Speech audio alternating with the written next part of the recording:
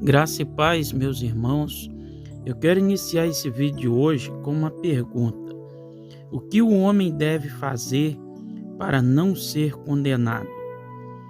Eu sou o diácono Tiago Pacheco, do canal Palavra da Verdade.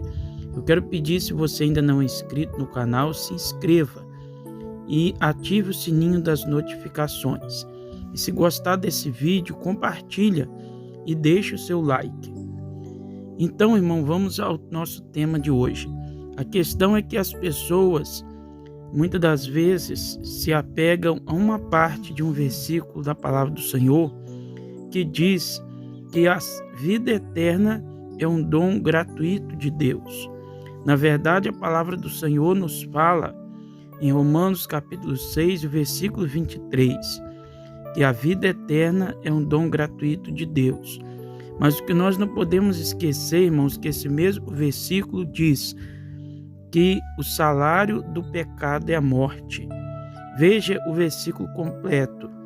Pois o salário do pecado é a morte, mas o dom gratuito de Deus é a vida eterna em Cristo Jesus, nosso Senhor. Romanos 6, 23. Então, irmãos, na verdade, a vida eterna é gratuita. Porque Deus, quando fez o homem, Ele fez para viver eternamente.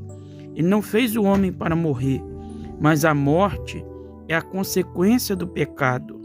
Então, quando o homem está em pecado contra Deus, ele está sujeito a ser condenado à morte.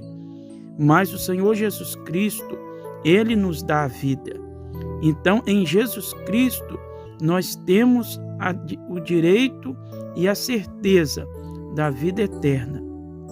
Mas o que nós devemos fazer então para ter a vida eterna? Devemos renunciar o pecado.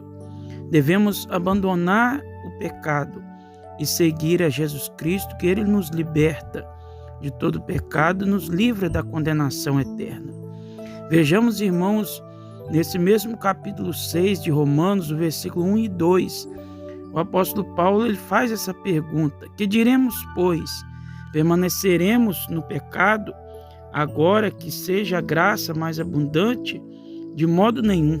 Ele mesmo responde: de modo nenhum nós devemos permanecer no pecado, porque a salvação é o dom gratuito de Deus, mas o salário do pecado é a morte.